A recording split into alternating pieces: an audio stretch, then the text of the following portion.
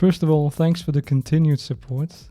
I know we had a little bit of a delay on the gallery. I wanted to release it this month, or at least the first version of it, but it's been delayed until next month. The new programming partner is doing alright. He's working with my old partner now to rebuild the game first and redo some of the code, because quite honestly it was a mess. And they've been fixing that. It's looking better now. The workflow will be more streamlined and more functional in the future. So that's going alright. But it did cause a little bit of a delay on production on new stuff. I, however, been working on this non-stop.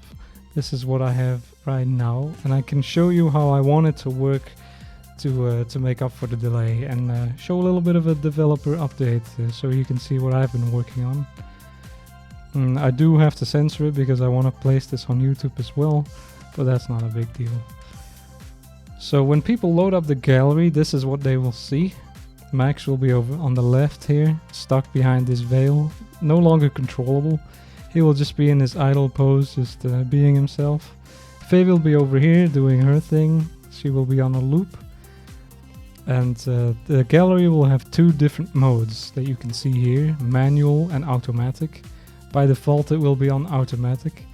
Clicking on this lantern or on the text here will switch to the other modes.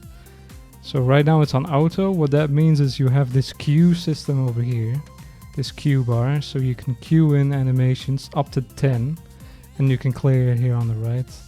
And once you have the ones that you want, you can click on start and it will go through them and then loop back to the first one. So it will just keep looping until you hit stop.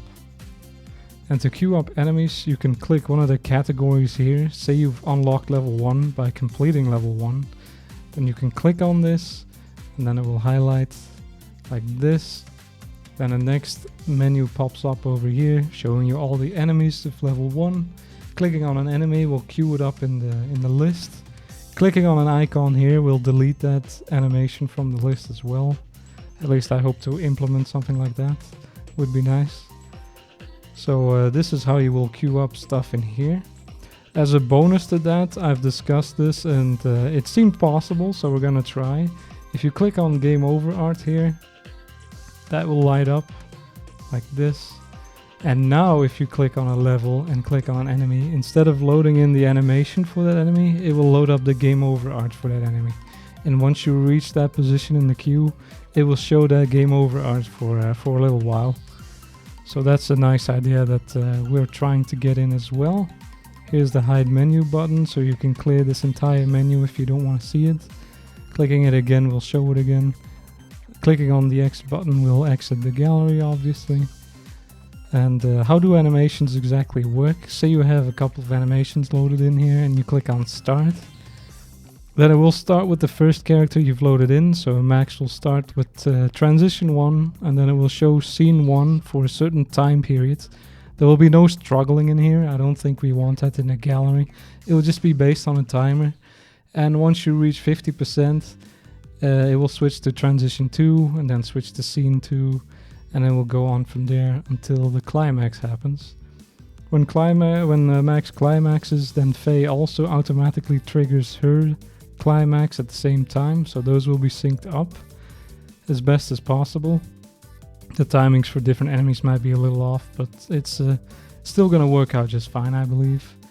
And this orb, you can click this orb to skip the current animation in the queue, and what that does, it will just fill up this bar to 100%, so you do at least get to see the climax of that enemy, and then it switches to the next enemy.